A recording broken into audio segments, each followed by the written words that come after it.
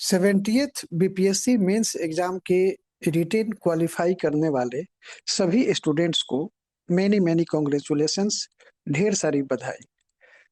अब आपके सामने चुनौती यह है कि बधाई का यह दौर जो आपके जीवन में शुरू हुआ है उसको कैसे आगे बरकरार रखा जाए और इसको बढ़ाते रहा जाए। यह तभी संभव होगा जब आप दिए गए समय में अपने एफर्ट्स को आप मैक्सिमाइज करेंगे और उस एफर्ट से 120 मार्क्स में से कम 90 मार्क्स प्राप्त करेंगे। यह कोई भी कह सकता है कि इसका सॉल्यूशन काफी आसान है कि इंटरव्यू की बढ़िया से तैयारी की जाए। इंटरव्यू की तैयारी कैसे की जाए यह समझना ही सबसे बड़ी बात होती है, और आज हम यहाँ पर यही बात समझाने की कोशिश करते हैं कि इंटरव्यू की तैयारी में क्या क्या करना होता है। आइए इंटरव्यू के लिए हम 5 मोस्ट इम्पोर्टेंट पॉइंट्स को समझते हैं, जिससे कि हम अपने आप को डेविएट नहीं होने दें। जब तक इंटरव्यू होता है हमारा, तब तक हम इन 5 मंत्रों को, इन 5 फॉर्मूलाज को या मेन इंपॉर्टेंट जो पॉइंट्स हैं उनको हम फॉलो करते रहें। पहला पॉइंट है to habituate yourself in behaving in most disciplined and most cultured with etiquettes for half और 1 आवर। यहाँ जो फर्स्ट पॉइंट है उसमें हमको यह देखना है कि आपका इंटरव्यू जो है आधा घंटा या 1 घंटा होगा। अब इस आधे 1 घंटे में आपकी जो परफॉर्मेंस रहती है उसको नेचुरलाइज करना होगा। एक ऐसा आपको कंडक्ट करना होगा जो कि नेचुरल लगे। आप भी जानते हैं कि इंटरव्यू का जो टेस्ट होता है पर्सनालिटी टेस्ट होता है, और पर्सनालिटी टेस्ट में आपको, जब आप इंटर करते हैं बोर्ड रूम में, तभी से आपका टेस्टिंग जो है वो शुरू हो जाता है। आप बोर्ड मेंबर्स के ऑब्जर्वेशन में आ जाते हैं। तो आपको कभी क्या होता है कि जब आप इंटर करते हैं तो मे आई कम इन सर बोलना भूल जाते हैं, ऐसे ही चले जाते हैं। वहां जाते हैं गुड मॉर्निंग करना भूल जाते हैं, या फिर आपको बैठने के लिए कहा जाता है, आप थैंक यू नहीं बोल पाते हैं, आप भूल जाते हैं ये बात। तो ये हम लोग नहीं भूले, इसके लिए हम लोगों को ये जरूरत होगी कि पूरे दौरान जो आपको टाइम मिला है उसमें आप अपने को ऐसा बिहेव करें, ऐसा प्रैक्टिस करें कि आप मोस्ट डिसिप्लिन्ड हो, वेल कल्चर्ड हो, और आपके आपका जो बिहेवियर है वो हाई एटिकेट्स के साथ में हो। तो जब आप इसको नेचुरलाइज कर लेंगे तो इंटरव्यू बोर्ड के अंदर में जब आप जाएंगे तो इन सभी बातों को आप भूलेंगे नहीं। एक्स्ट्रा एफर्ट के तहत में आपको याद नहीं करना पड़ेगा। तो ये बात समझना है कि हम जब तक अभी इंटरव्यू होता नहीं है तो कोई भी चीज करें। जैसे कि मान लीजिए आप इंटर कर रहे हैं या कहीं भी कोई काम कर रहे हैं, तो आपको पूछकर अंदर जाना है, और उसमें कैसे पूछना है इस चीज का भी प्रैक्टिस आपको करते रहना है कि हमको मे आई कम इन सर बोलना है, या श्रीमान क्या मैं अंदर आ सकता हूँ, या सिंपली सर क्या मैं अंदर आ सकता हूँ। आप इन सभी चीजों को प्रैक्टिस करेंगे, भूलने की बात नहीं होनी चाहिए। दूसरी बात है कि जब भी आपको कोई बैठने के लिए बोलता है या जब भी आप किसी के पास जाते हैं, तो आजकल वैसे ये बात कम पाई जाती है, लोग एक दूसरे को विश करना या अभिवादन करना भूल जाते हैं। तो आपको ये प्रैक्टिस करना होगा कि किस तरह से जब हम अपने किसी सामने आदमी से मिलते हैं तो उसको एक विश करने की या तो आप हल्का स्माइल देंगे, या फिर आप हैंडशेक करेंगे, या फिर आप किसी और तरह से आप उसको ग्रीट करते हैं। तो ये चीज अगर आपकी पर्सनैलिटी में रहेगी तो आप वहां पर जाएंगे तो जाहिर है कि मुस्कुराएंगे तो नहीं। जैसे ही आपको लगेगा कि हमको कुछ विश करना है तो आप गुड मॉर्निंग बोल देंगे, या ये हाथ जोड़कर ये प्रणाम कर लेंगे। तो ये चीज आपको ख्याल में रखना होगा। हाई एटिकेट्स की जहाँ तक बात है, इसमें है कि जैसे कि बैठने के लिए कहा जाए, आप थैंक यू बोलेंगे, या फिर आपसे कोई मतलब बात होता है, कोई सवाल पूछा जाता है और उस दौरान कोई मेंबर आपको कुछ हेल्प करते हैं, कुछ बताते हैं या कुछ इन्फॉर्मेशन देते हैं या आपको ईज़ करने के लिए कुछ पानी पीने के लिए बोलते हैं या कुछ इस तरह का, तो आप उनको इंस्टेंटली थैंक यू बोलेंगे, अच्छे से बोलेंगे। तो ये सारा चीज़ जो है आपकी पर्सनैलिटी को एनहांस करता है। सेकंड पॉइंट जो है वो काफी इंपॉर्टेंट होता है। अब आपका सबसे बड़ा जो आप इधर-उधर मॉक देते घूमते हैं, उसका सबसे बड़ा कारण क्या होता है? आपको लगता है कि हम मॉक दे लेंगे तो हमारा काम हो जाएगा। मॉक का सबसे बड़ा जो एक तरह से कहिए कि इम्पैक्ट पड़ता है, वो पड़ता है कि आप 4-5 लोग जो इंटरव्यू बोर्ड के मेंबर्स होते हैं, उनके सामने आप प्रेशर मैनेजमेंट या किसी स्ट्रेंजर के सामने आप अपने पर्सनैलिटी को कैसे कंफर्टेबल बनाकर रखते हैं, ये आपकी पर्सनैलिटी का हिस्सा होना चाहिए और इससे आपको इंटरव्यू में ओवरऑल, न कि एक पर्टिकुलर पॉइंट पर, ओवरऑल आपको अच्छा मार्क्स मिल सकता है। तो इसके लिए आपको कुछ बातों पर ध्यान देना होगा। एक तो बात है कि आप जो वहाँ पर बैठे हैं और जो 3-4-5 लोग जो आपके सामने में बैठे हैं, तो आप उनकी कृपा पर नहीं बैठे हैं, आप उनके मर्ज़ी पर नहीं हैं, बल्कि आप वहाँ पर मेरिट पे हैं। तो आप अपने को एकदम दीनहीन बन के रखना थोड़ा-सा छोड़ना पड़ेगा। आपको अपनी पर्सनैलिटी, अपना वजूद पर थोड़ा-सा गर्व करना पड़ेगा कि हम यहाँ पर जो बैठे हैं, ये हमारा अधिकार है। तो आप बहुत ज़्यादा दबे हुए महसूस वहाँ पर नहीं करेंगे। ओवर जो है किसी भी चीज़ का हानिकारक होता है, तो हम ये नहीं कह रहे हैं कि आप उनके सामने अकड़ कर रहिए, लेकिन बहुत ज़्यादा मीक या बहुत ज़्यादा निरीह प्राणी के रूप में वहाँ पर अपने आप को शो नहीं करना है।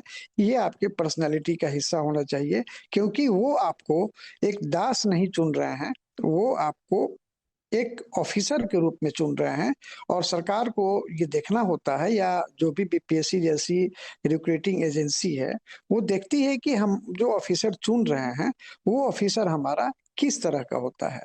तो आपको यहाँ पर 3-4-5 जो स्ट्रेंजर्स होते हैं, और वो स्ट्रेंजर्स नॉर्मल स्ट्रेंजर्स नहीं होते हैं, क्योंकि आप समझ रहे हैं कि वो आपसे बहुत ज़्यादा पढ़े-लिखे हो सकते हैं, आपसे बहुत ज़्यादा एक्सपीरियंस हो सकते हैं, लेकिन यहाँ पर ये बात भी ध्यान रखना है कि वो पावरफुल भी हैं और उनके एक-एक नंबर से आपका एंटायर फ्यूचर जो है, वो बन सकता है या बिगड़ सकता है।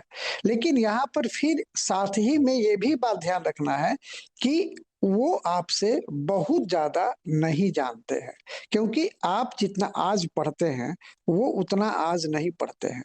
हो सकता है उनका एक्सपीरियंस हो, पहले का कांसेप्ट हो, आपके पास में आज मॉडर्न कांसेप्ट है, तो आपको घबराना भी नहीं है और उनका रिस्पेक्ट भी करना है। वो जो मेंबर्स होंगे, वो आपसे उम्र में बड़े हैं, अनुभव में बड़े हैं, पद में बड़े हैं, तो आपको उनका रिस्पेक्ट करना होगा और रिस्पेक्टफुली आपको अपने आप को कम्फर्ट बनाना होगा, कंफर्टेबल करना होगा।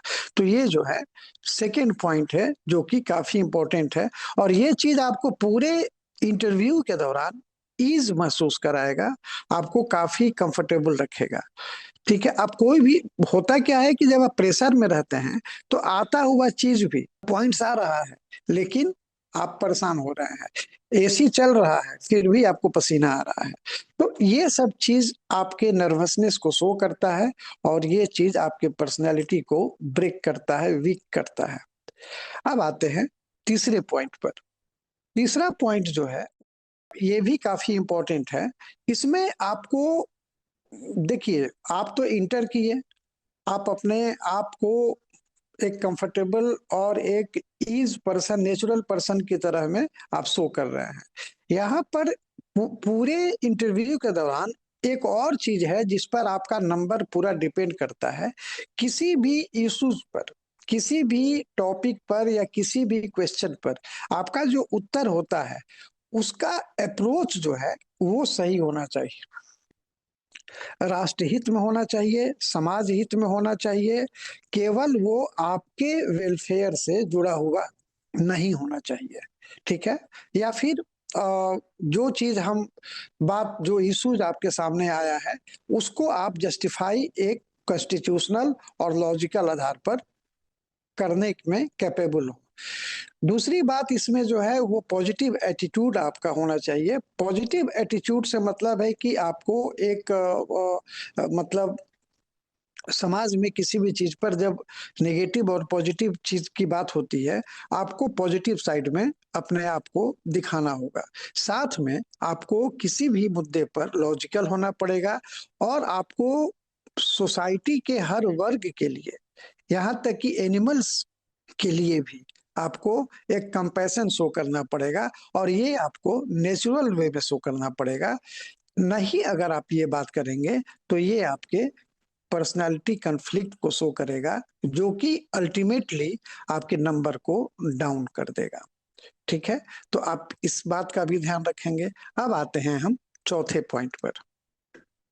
चौथे पॉइंट में एक बात यह समझना है कि हम जो भी बात करते हैं, आप भी किसी से बात करते हैं, आप अगर किसी से इंप्रेस होते हैं तो इन सभी बातों से, अभी तक जो हम लोगों ने 3 पॉइंट्स में देखा, तो इन सभी बातों से भी इंप्रेस होते हैं, लेकिन अल्टीमेटली उसका नॉलेज, उसका जो अवेयरनेस है, और उसके साथ में उसका जो डिलीवरी है, वे ऑफ डिलीवरी है, ये सारा चीज काफी मैटर करता है।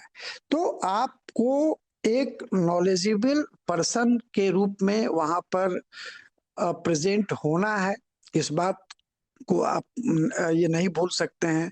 आपको एक ऐसे ऑफिसर, एक ऐसे पर्सन के रूप में वहां पर प्रेजेंट होना है जो कि हाईली अवेयर हो अपने आसपास की चीजों से।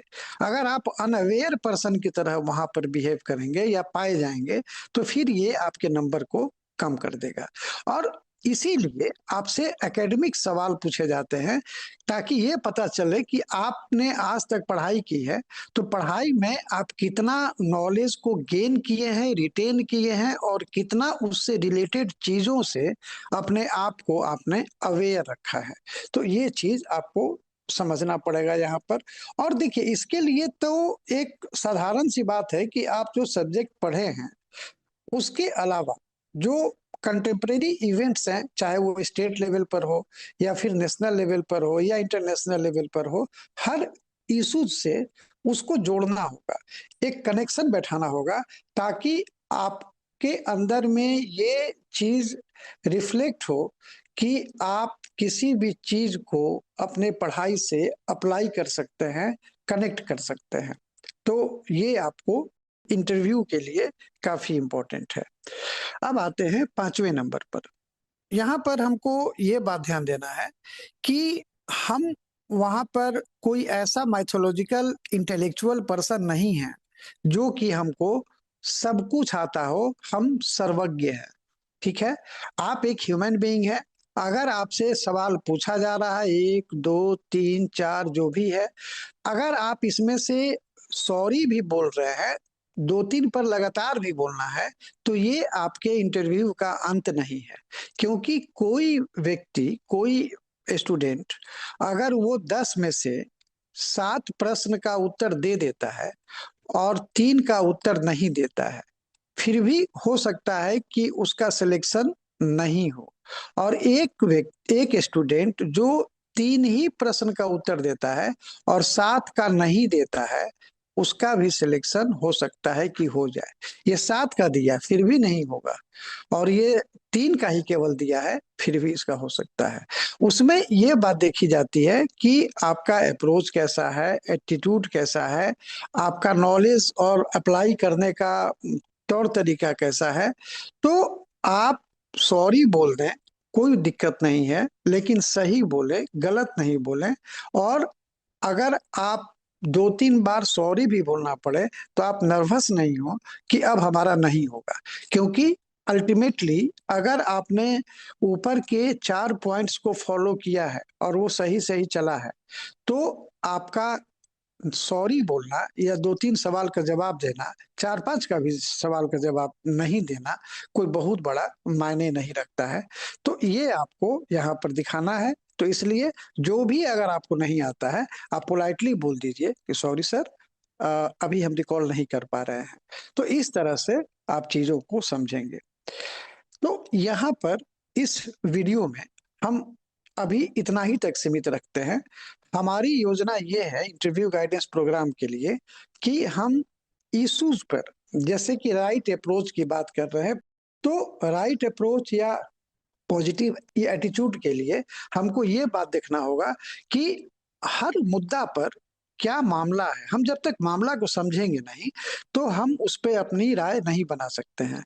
तो आगे के वीडियोज़ में हम लोग इश्यूज पर या फिर जो नॉर्मल क्वेश्चंस पूछे जाते हैं, जैसे कि कोई इंजीनियरिंग से है, कोई किसी प्रोफेशनल डिग्री से है, कोई स्पेशलाइजेशन किया हुआ है और फिर वो एक जनरलिस्ट बनना चाहता है, इंजीनियर से वो बीडीओ बनना चाहता है, क्यों बनना चाहता है, या फिर सर्विस प्रेफरेंसेस पर हम लोग बात करेंगे। तो उसमें आपका जवाब किस ढंग का होना चाहिए, क्वेश्चन किस ढंग से आपसे पूछा जा सकता है, इस पर हम लोग चर्चा करेंगे। तब तक के लिए थैंक यू।